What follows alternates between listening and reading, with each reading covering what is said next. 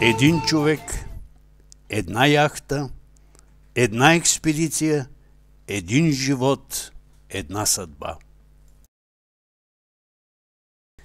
Израснах и живях в най-безветрената зона на родния Балкан, но винаги бленувах за енергията на вятъра. Може би и за това станах и ветроходец, за да ловя вятъра най-напред в язовирите, а по-късно в морето и океана. Думите са на нашия съгражданин Димитър Попгеоргиев, или както всички го наричахме приживе, Митко Поп. За своите съученици и приятели той беше просто мичмана. Кой точно е сътворил този псевдоним, не знаем, но знаем, че през детските и юношеските си години, а и по-късно, се е занимавал с корабомоделизъм, ветроходство, радиотехника, музика. Да жадува с душата си и да носи в сърцето си Балкана може само българин. Българин страстно влюбен в красотата на природата, изпитал нейното величие и целебната й сила. Такъв българин е и неговия баща Поп Георги. В най-трудните моменти от своя живот, когато съпругата му се разболява от почти неизлечимата за онова време туберкулоза, той построява дървена колиба високо в планината, в местността Стубеля. Планинският въздух и чистата вода сътворяват чудото, което лекарите не могат. Тя оздравява. Ражда се и момченце. Кръщават го Димитър, Митко. Ето го и началото. Годините бързо минават. Той вече е ученик. Първи, втори, трети, четвърти клас. Прогимназия. Службата на свещеника е в църквата, но там все по-често е поп Димитър, защото поп Георги е все заед с граждански дела. По негова инициатива трудовчани построяват път до Стубеля през най-трудните части на планината, трасиран лично от свещеник. И там, на една от стубелските поляни, които всяка пролет се окичват с бели кокичета, син-синчец и жълта игелика, и докато достига шепота на Зелинската река, нашите бащи, майсторите, поставяха основите на летовището. Силният дух на бащата, изобретателската мисъл и стремежът към неизвестното се предават и на сина. Красив е нашия Балкан, красиво е и морето ни, но колко могъщи и страшни стават, когато се разбунтуват. Тяхната неукротима сила вълнува нашия герой още от детските и юношеските му години. С него, морето, той се среща, когато е на 17 години, по време на една ученическа екскурзия. За пръв път го видях, а имах чувството, че съм бил с него през целия си живот. Знаех немалко за него от книгите, които непрекъснато четях. Оказа се, че не е късно да стана моряк, да плувам в сините води. През 1963 година вече е семеен и работи в приборостроителен завод в град Правец. Язовирът е току-що завършен и ето удобен случай, построява си малка дървена лодка. След година се снабдява със спортна, пластмасова плътноходка и с тях плува успешно и в други язовири на страната, и в Черно море. Младежките мечти никога не напускат сърцето му и те го довеждат до смелото решение да построи сам яхта и с нея да направи презокеанско пътешествие. За осъществяването на тази мечта той отделя повече от 10 години от живота си. Мнозина от приятелите, с които споделя решението си, смятат, че това е една празна химера. Да, ама не. Явно са сбъркали. Нали в жилите му тече балканджийска кръв, а балканджията е силен, смел, упорит и може всичко. Придобил право да бъде водач на плавателен съд до 10 бруто регистър тона и придобил разрешение за строеж на бъдещата яхта от Института по технически контрол град Бургас, Мичмана пристъпва към изпълнението. Събира литература, планове, чертежи, материали. Постъпва на работа в Стопанско-химическия комбинат в Ботевград. Директорът на СХК Петко Данчев, доктор Димитър Василев Мибо и много други му подават ръка. Успява само този, който не се плаши. Ето как неговият приятел Митко Ничов описва неуморимия труд на мичмана в поемата си «Одисеята на мичмана». Поби няколко пилона мичмана на двора и ето площадката готова. Сянка тя ще му прави и дъжда да го не вали. В селото хората край дом един минават, поспирват се и в почуда се зерцават. Навес един необичаем там стърчи, под него мичмана какво ли строи? Яхта ли? През полета и Балкана, как ще стигне тя водата в океана и да плава с нея във водата? С недоверие всеки клати си главата. Мълвата си е мълва, а работата под навеса закипя. Кога с количка в ръка, кога с кола, мичмана тръгна из градове и села. Тук акумулатор, там два, ту тръбичка, ту парче олово.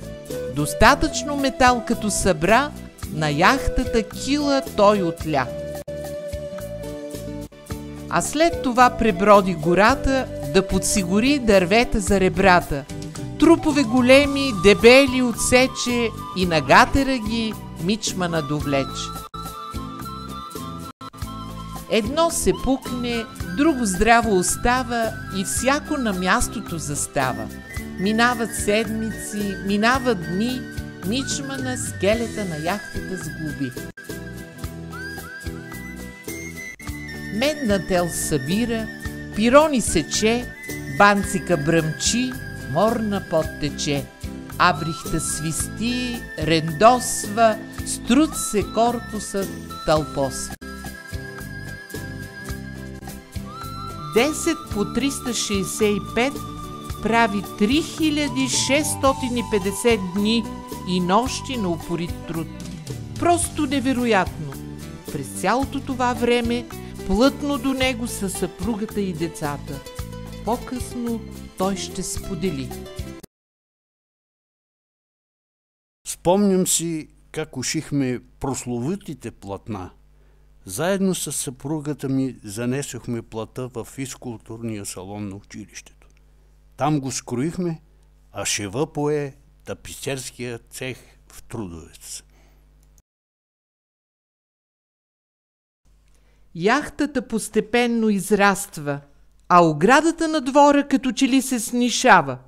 Минаващите по край двора пеш или с кола се спират, гледат и се чудят. Върху корпуса на яхтата със син цвят е изписано името й – Селена. Кръстил я е на гръцката богиня на луната. Изградена е от дъбов материал. Единствената яхта в България изградена само от дъб. Съшита е с 7000 медни гвозди, собственоръчно изсечени. Дължината й е 10 метра, а ширината 3.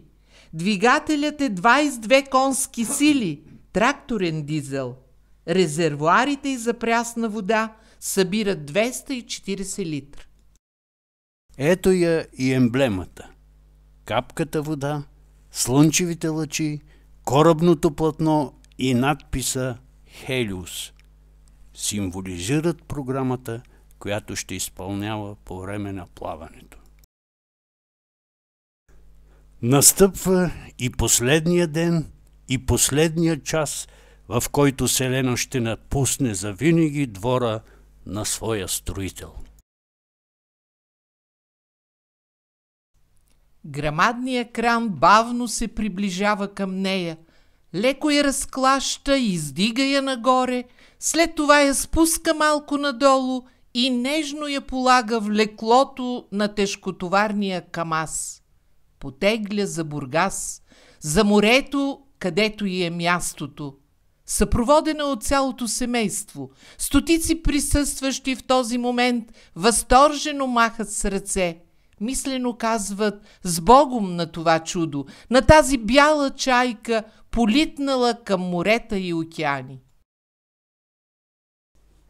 На 4 септември 1982 година Селена получава бойното си кръщение в Черноморските води. Първото пробно пътуване убеждава съпругата, че тези 3650 дни и нощи не са отишли на празно.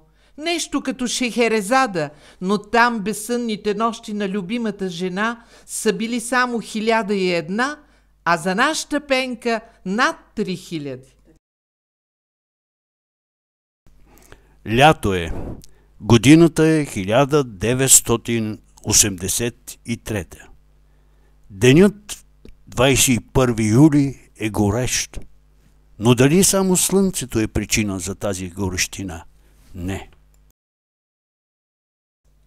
Горещината идва от сърцата и от насълзените от възторг очи на тези, които са дошли тук на пристанището в град Бургас да изпратят капитана на Селена на първото му самостоятелно плаване през Черно море от Бургас до Новоросийск. Последните думи на директора на СХК Петко Данчев са: този вълнуващ твой и наш ден е едно достойно начало, което ще изпълниш през първия етап на плаванията си. Ние сме с теб, до край ще бъдем с теб, допълва някой от присъстващите. Последна прегръдка, последно ръкостискане. Мибо нещо му шепне на ухото. Дали не го пита: страх ли те? Нали всичко човешко е разрешено, дори и на най-смелите?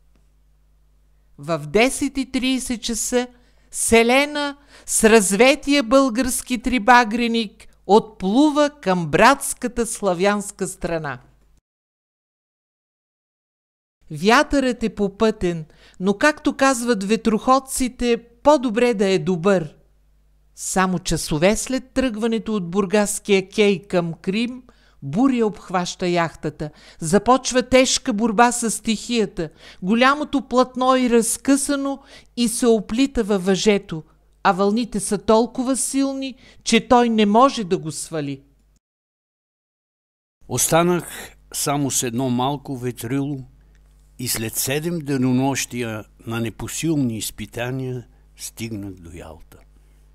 Посрещнаха ме много сърдечно. Поправиха ми двигателя. За 4 дни и нощи с едно платно пристигнах в Новоросийск.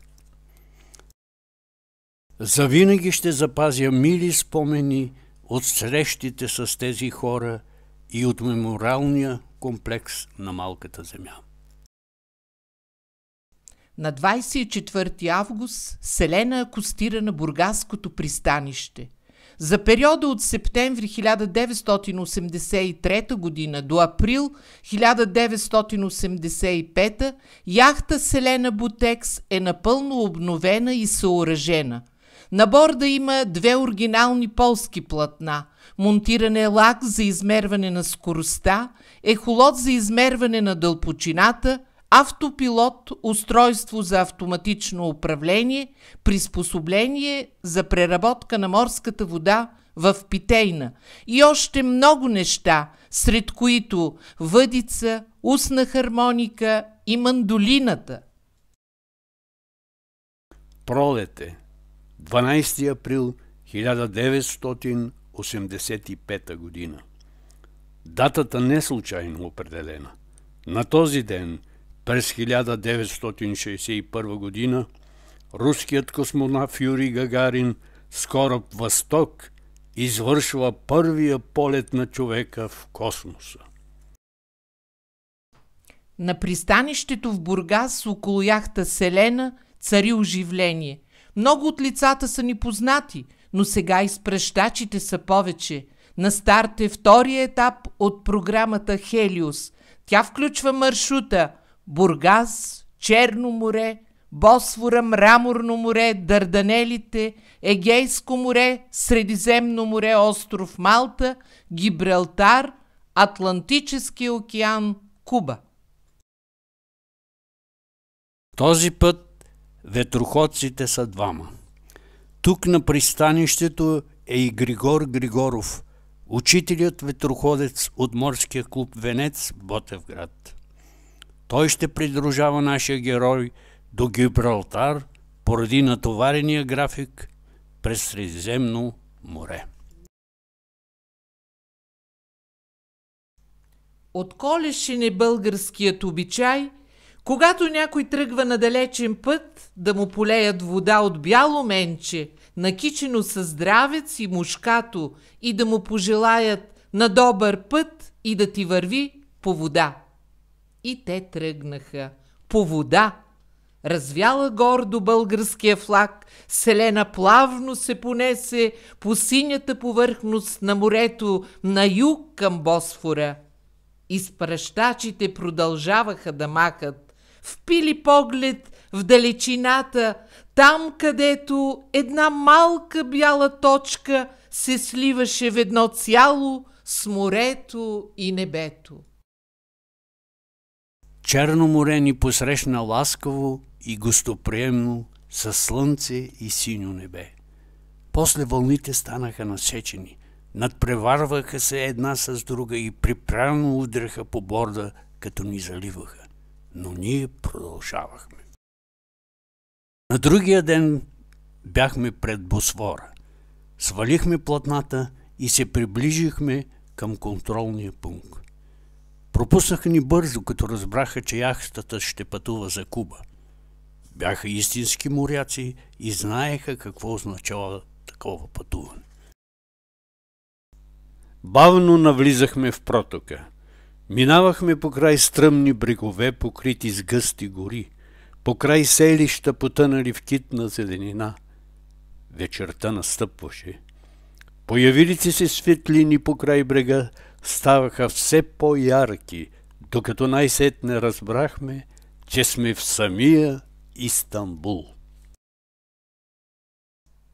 Над нас беше моста, който свързва Европа с Азия.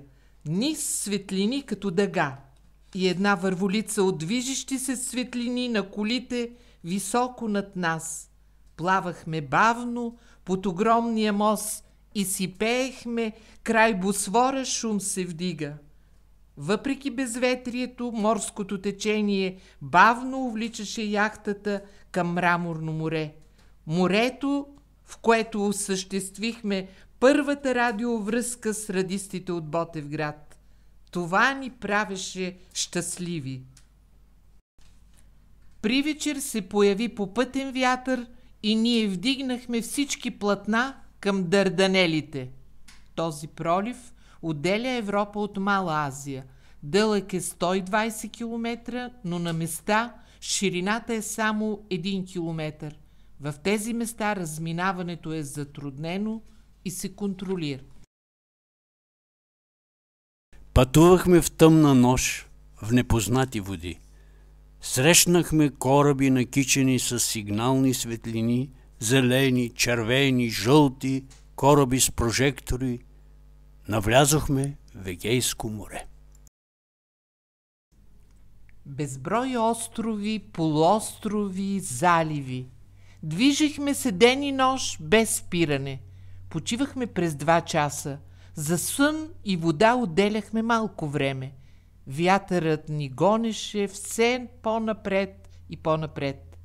Пред очите ни оживяваха легендите за богове и хора, за битки и поражения, за миналото на тази древна страна Елада. Така се изнизваха островите и ние напредвахме към Средиземно море. Всъщност, точна граница между двете морета няма. Егейско е само един от 7-те басейна на Средиземно море. Вече бяхме в 4-то море, Средиземно. Времето капризничеше, редуваха се затишие и засилване на вятъра. Вълнението непрекъснато променяше посоката си заедно с вятъра. Всичко това подлага на изпитание възможностите на двамата ветроходци. Целта в този момент е да достигнат по-бързо до остров Малта, където по маршрут е предвидена няколкодневна почивка. Мощният радиосигнал на летището в острова ни привличаше като магнит и една вечер се озовахме пред входа на Валета, столицата на Малта. Приятели от Ботевград бяха уведомили българското посолство за нашето пристигане. Приеха ни радушно. За няколко дни разгледахме забележителностите, завързахме нови познанства, намерихме нови приятели. На 7 май вдигнахме котва и потеглихме отново на запад. Най-страшното изпитание, което ще трябва да преодолеят двамата ветроходци, настъпи в бурната нощ на 9 май. Не трябва да се забравя, че от Атлантическия океан към Средиземно море навлиза под формата на мощно течение голямо количество вода поради отрицателния баланс на морето. Настъпващите води се плъзгаха по палубата и ни заливаха. Щурмувахме с лавиране. После закрепихме руля и се подслонихме в каютата за малък отдих. Чувствахме как се опъват до край платната. Изведнъж оглушителен трясък извън от скъсан метал. Едно от стоманените въжета на мачтата се беше скъсало. Нямаше време за бавене. Всеки момент мачтата можеше да рухне и да помете всичко по палубата и нас. Нито секунда колебание. Единият хваща застрашително люлеещото се въже, а другия обезветря яхтата. За броени минути аварията е отстранена и яхтата тръгва пак напред срещу бурята в тъмната нощ, раздирана от светкавици. На другия ден всичко стихва. Незабравими ще останат огнените залези край остров Сардиния, когато слънцето обагря с пурпурно сияние облаците и морето, даже белите връхчета на вълните. Неповторими са игривите край Балеарските острови, когато слънцето се показва между розовите облаци, а морето ставаше лилаво.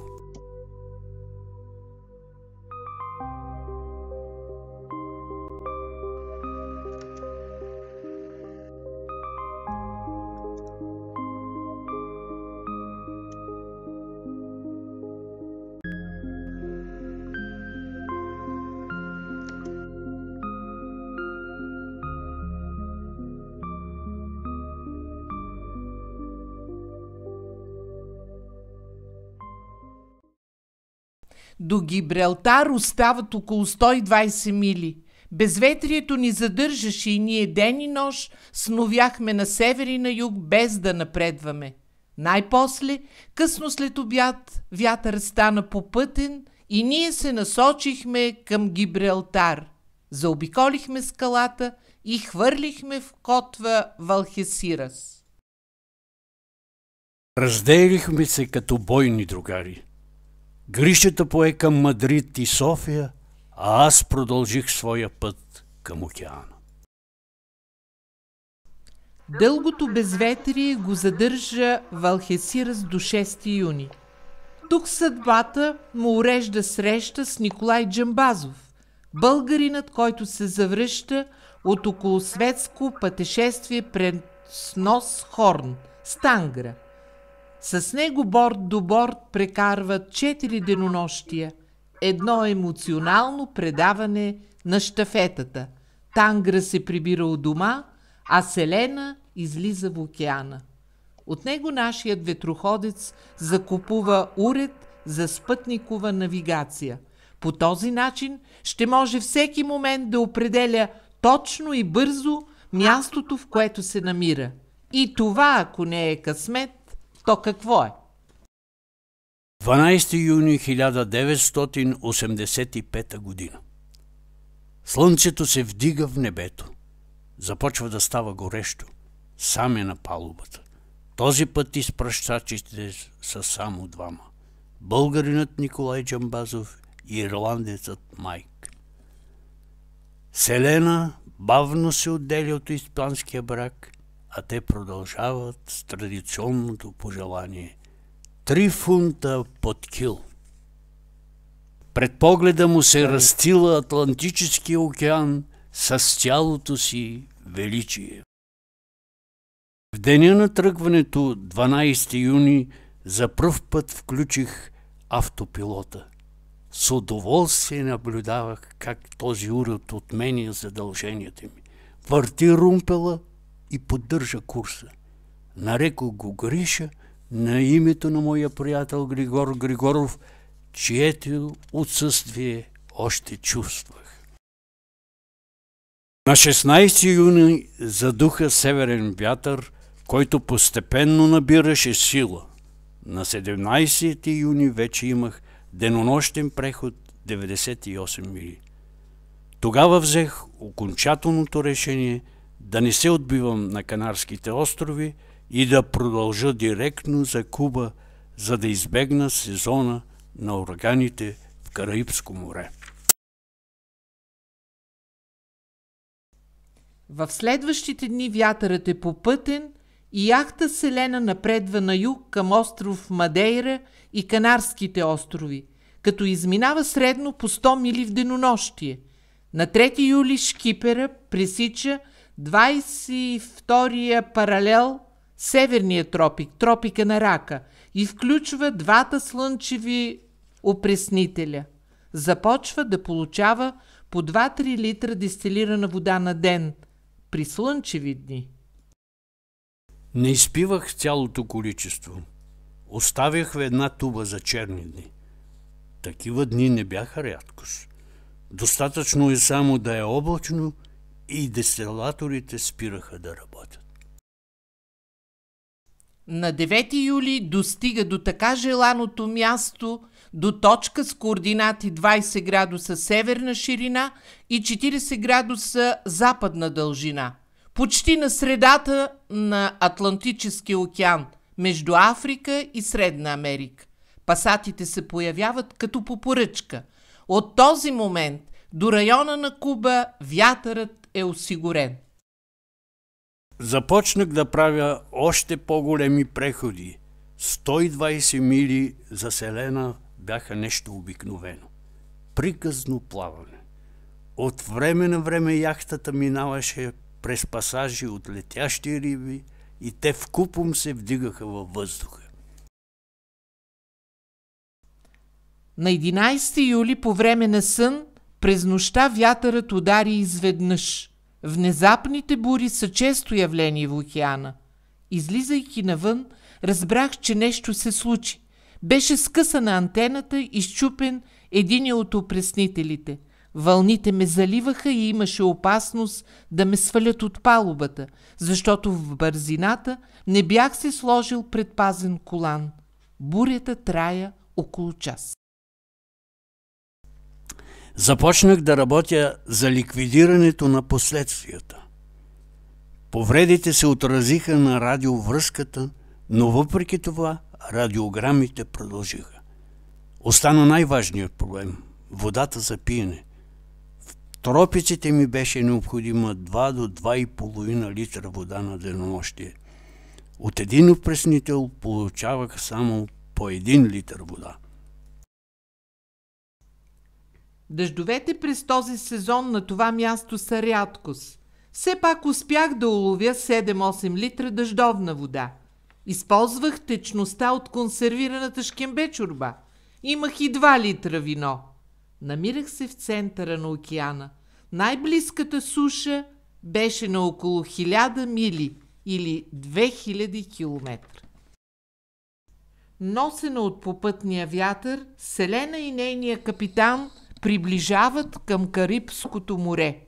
През стария Бахамски канал Селена ще трябва да се промъкне в него и да акостира край брега на една от перлите на Карибско море – остров Куба. Ден след ден опасностите ставаха все по-големи. Настъпил беше сезонът на ураганите по тези места. Липсваха ми сведения за метеорологичните прогнози. Предстоеше да премина най-дълбокото място на Атлантика – падината Порто Рико и най-голямата плитчина – Банка Навидад – 5 метра.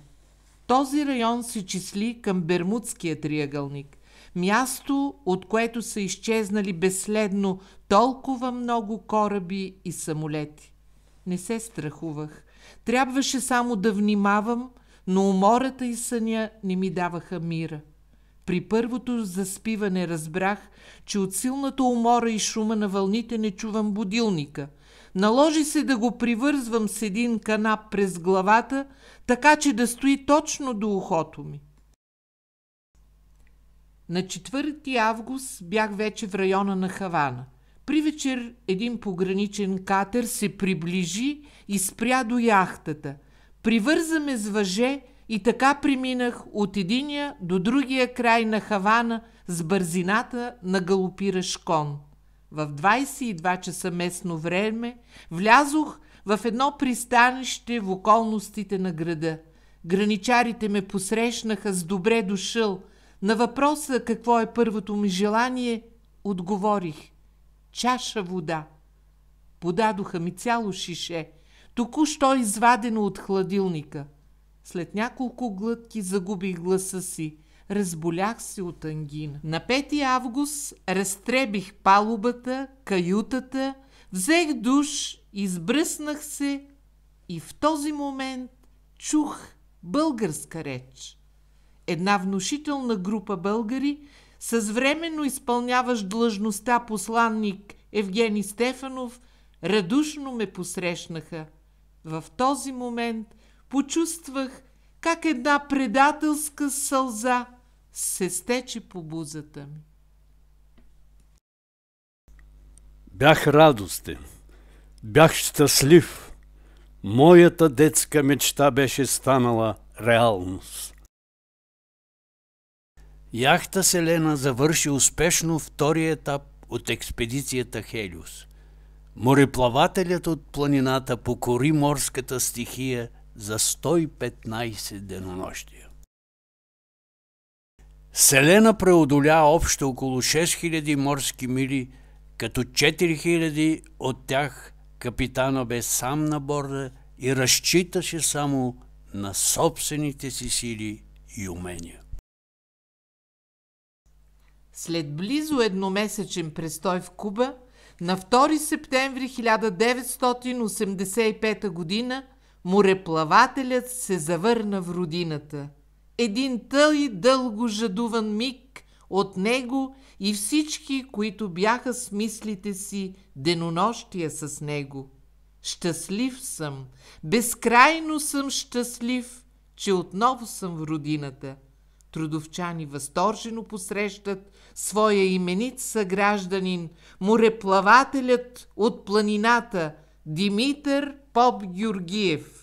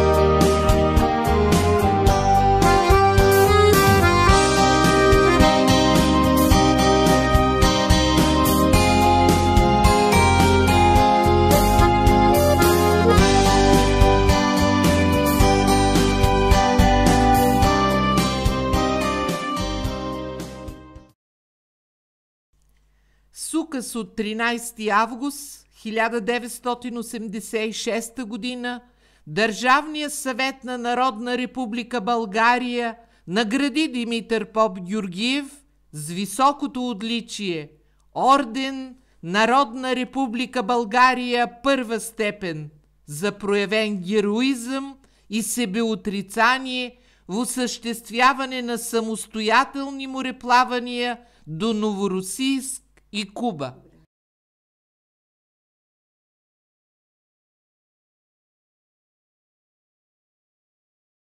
Един човек, един живот, една яхта, една експедиция, една съдба и един път към храма.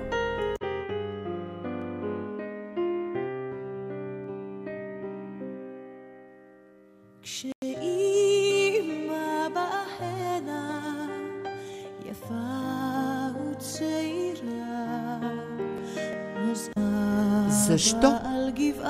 Този въпрос дълго ще ни вълнува и ще продължаваме да търсим неговия отговор. Колко дълъг е пътя към вкъщи и колко къси са делничните дни.